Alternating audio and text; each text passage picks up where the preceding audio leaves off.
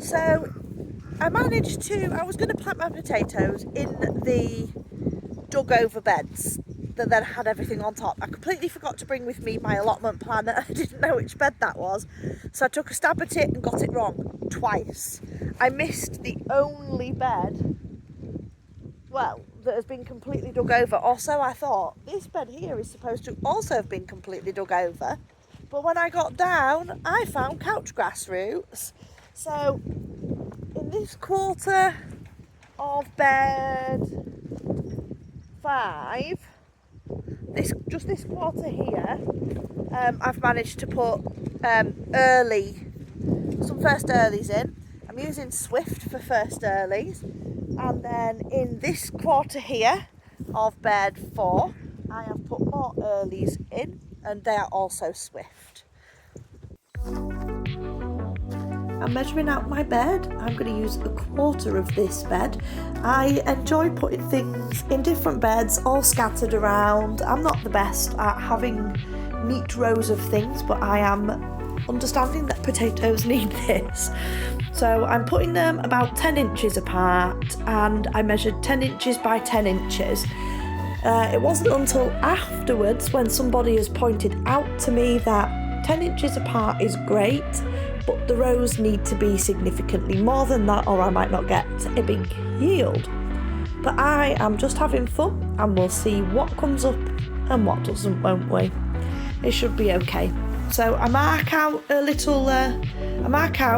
I'm going to put each of them, and then I'm just getting in there with a trowel, making a big hole. I'm digging about sort of 10 inches, about 6 inches down, and I am just popping the potato in there.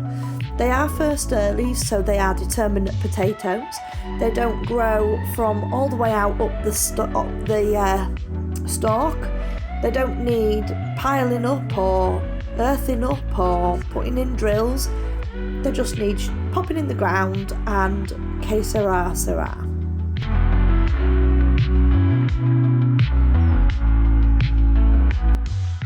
I was getting quite frustrated at this point because no matter how far I dug down, there was couch grass. It was dead couch grass.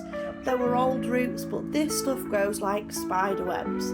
Honestly, it was driving me mad, but I persevered, I kept going, and look, a little wormy worm. That's a nice thing to see because my ground has historically not had much microbial or microorganic life in it whatsoever. So that is something that's really, really uplifting to see for once.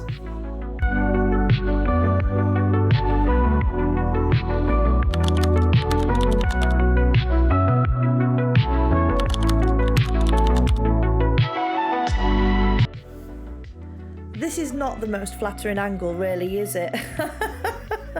However, I have got 2 big pieces of poly that were both long enough but not quite wide enough to cover the roof. So I'm sat here with poly tape, sellotaping the 2 halves together so that we can chuck them over the roof. And I roped in my little 12-year-old boy to help me film this part. So there you go. So we've managed to get the structure finished. The plastic is on. It's very crude. It's taped together. It's stapled together, and it sounds like hell, but it is on.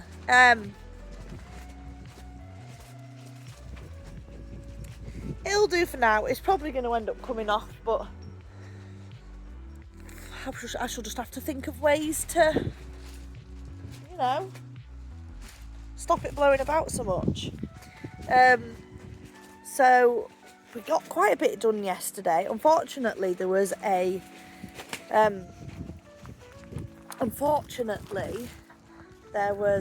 allotment full of people, so I couldn't really talk. I was a bit too embarrassed. So we've got everything on the house. Oh, you can see it. It's very loud, but it's really windy today, so at least we'll find out if it's going to stay or not. The rhubarb is growing, which I will take you to see in just a second. We planted quite a bit actually yesterday. I got all of the first earlies in. My irises, I don't know if you can see the irises. They're looking pretty sad. I think they're too deep down. I don't think we're going to flower.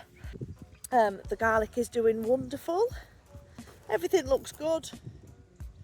Onions are growing fine. I will show you the rhubarb, which is coming up really nicely now. Here we have rhubarb coming through. I mean, it's looking quite healthy, I'm going to say.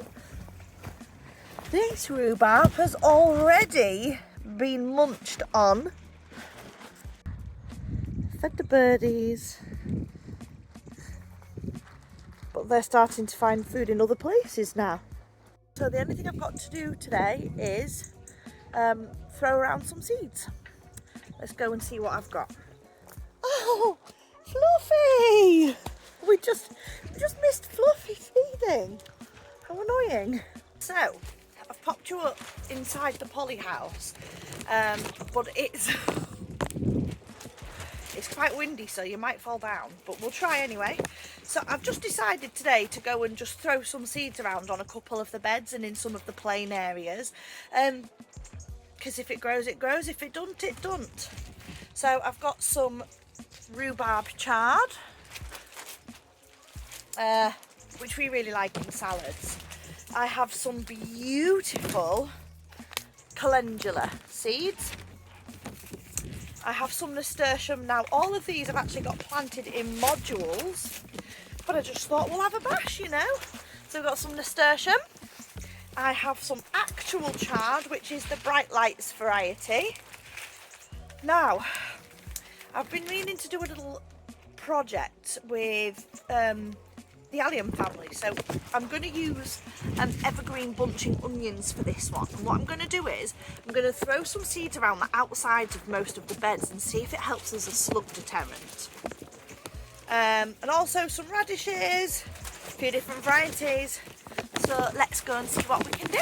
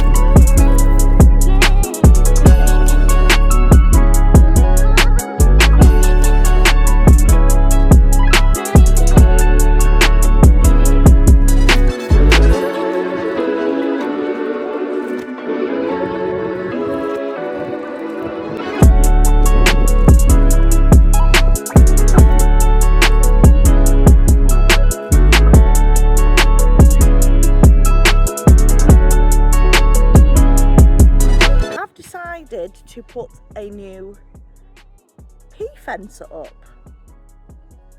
and I'm going to put this all around the outside of my plot. I have checked with other plots, there's plenty of people with taller fences than this, and if they say it's too tall I can move it down, but it comes to 1.8 meters exactly, and it's just a frame on the front of my plot. And I'm going to add this fruit cage mesh that I've got left over it, because this at the front of the plot actually, I don't know if you can see it, belongs to us. So I'm going to plant my sweet peas there, maybe a clematis, and just plant that there, and it's just going to look lovely and attract a load of thingies, pollinators. Be lovely, won't it?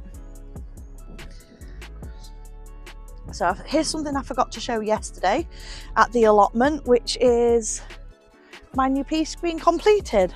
I know you can't really see it very well, but put this mesh on it. It's just some old mesh. It's got a few holes in it here and there already, and put these little flags up at the top just for some cheer. So that's it.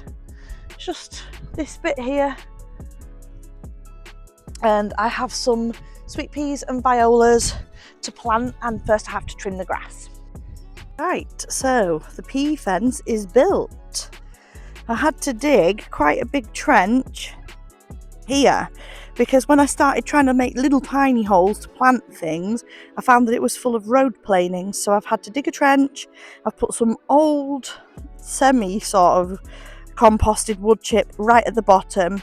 Then I put a layer of compost. I would say I used a 50-litre bag, and planted into that and sprinkled the rest on top. So it was one 50-litre bag, and I have planted sweet peas and violas, or pansies, not entirely sure what they're called, but they're so pretty. Look at these. Oh. And they're different colours.